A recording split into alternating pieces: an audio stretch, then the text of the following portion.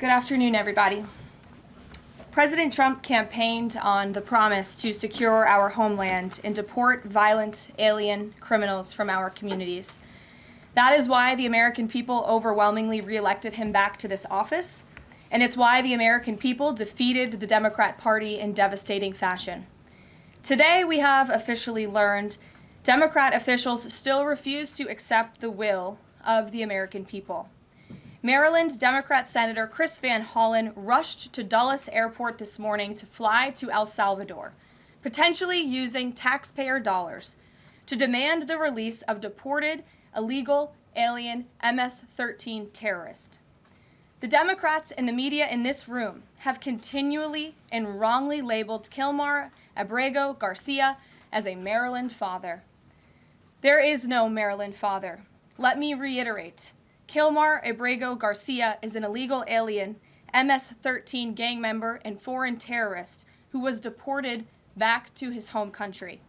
And when Kilmar Abrego Garcia was originally arrested, he was wearing a sweatshirt with rolls of money covering the ears, mouth, and eyes of presidents on various currency denominations. This is a known MS-13 gang symbol of hear no evil, speak no evil, see no evil. Abrego Garcia was also arrested with two other well-known members of the vicious MS-13 gang. And two separate judges found that Abrego Garcia was a member of MS-13, and that finding has never been disputed.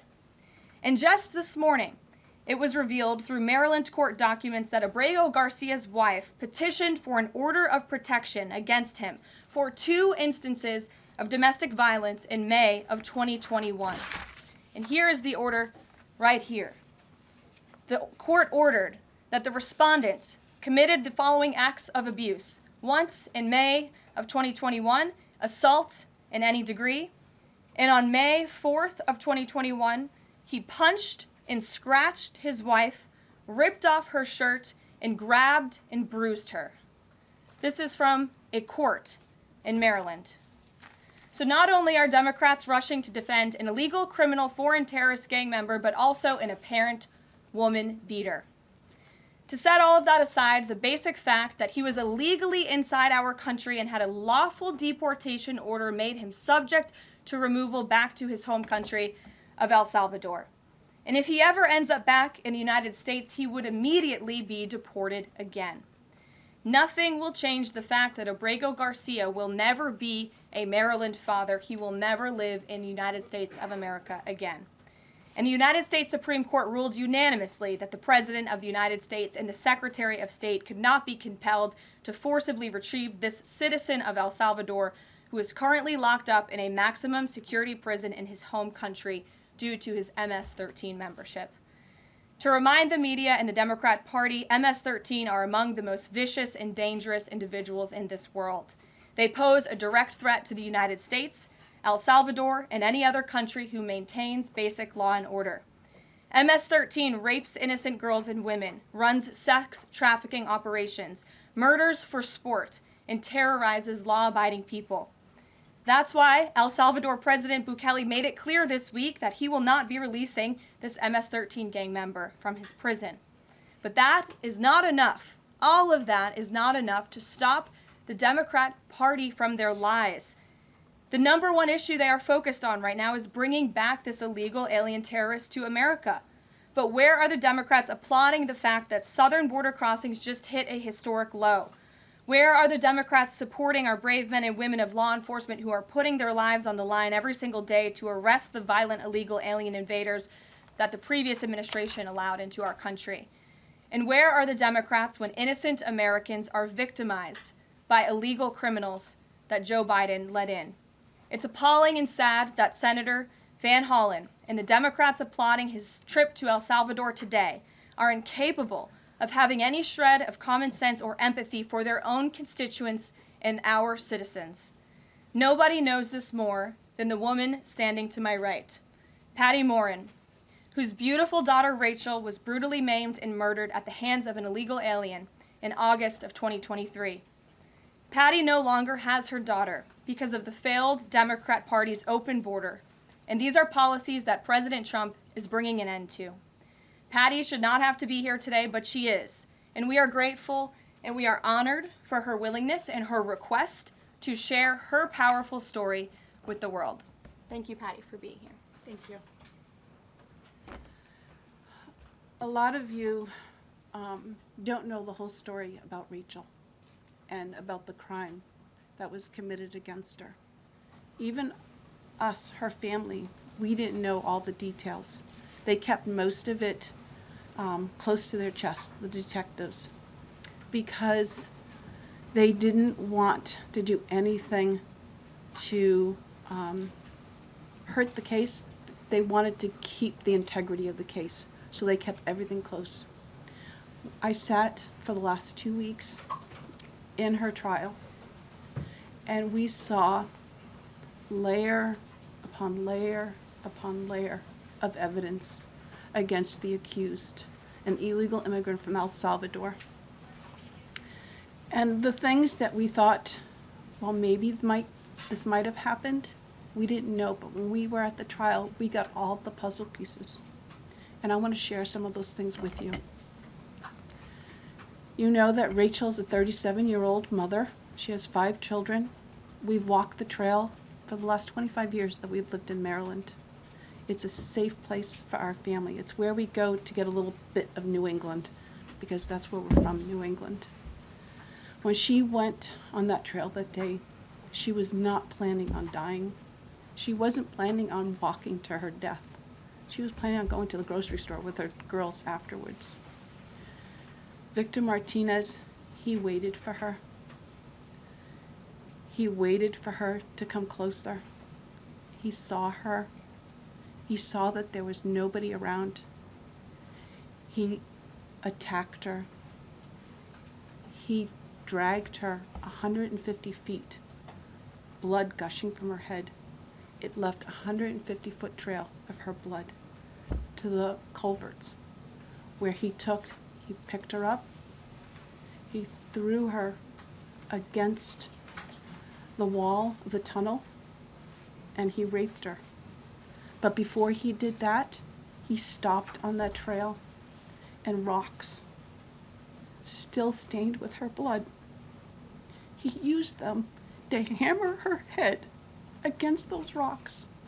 They say at least 20 times they could count the cuts in her head. They said that when they did the autopsy, and I've seen the pictures, there's a 6-inch square in the back of her head where the skull is shattered the way that you would crush an eggshell in pieces. 3/4 of her brain hemorrhaged. Her right and left side of her face bashed in. Her beautiful face bashed in. Her head bashed in. Broken bones, fractures. He takes and he drags her some more. He drags her through the thorn bushes. She has all the scrapes and cuts on her body. There wasn't 1 inch of her body that didn't have some kind of injury, whether it's bruising, broken bones, contusions, the scratches.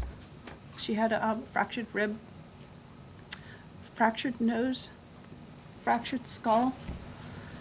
And then he takes her into the tunnel and he picks her up. He throws her against the wall. Blood is gushing from her head. Her hair is soaked in blood. And they showed us pictures of her body against the wall, outlined. The blood outlined her body. And you could see where the blood ran down around her as he was raping her.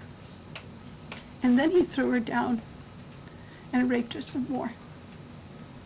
And then he strangled her because he didn't want her to be able to live to tell the story. They said that when they did the autopsy on her neck, that one of the things they do is they open up the neck and they look to see how far the injury is. And they went all the way down as far as an injury is possible, hemorrhaging in the muscles because of how strong and violent the grip was around her. These are the kind of people that have no compulsion. Like, to them, this is nothing. And when he was sitting in the courtroom, he actually looked like he thought he was going to be set free. There was no remorse on his face at all. This person took my daughter so violently and so gruesomely and so graphically that they sealed the pictures, because I don't want my granddaughters to see these pictures. These are the kind of criminals President Trump wants to remove from our country. These are the kind of criminals that we need to remove from our country. We are American citizens. Why should we allow people like this, violent criminals that have no conscience at all, to murder our mothers, our sisters, our daughters? I don't understand why there's even any kind of problem with this.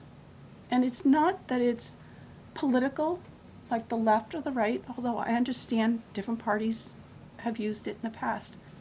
But we have to look at it as we are American citizens. We need to protect our families, our borders, our children. I don't care about politics. Well, I do, but I want to preserve life. And that's the only reason why I have taken and spoken about Rachel all this time. If you're a mother here in the room, can you imagine standing there alive? You're alive, and someone comes and puts their hands into your chest and rips out your heart? That's what it feels like. It feels like a part of you is being ripped out of you. You can't even describe the pain. Just like you can't describe to your husband what it feels like to carry a baby in your womb, or to feel those first kicks, or to know just intuitively if it's a boy or a girl. It's only a thing that a mother knows. Why are we not protecting the American citizens? It's just common sense. Why are we not protecting our children?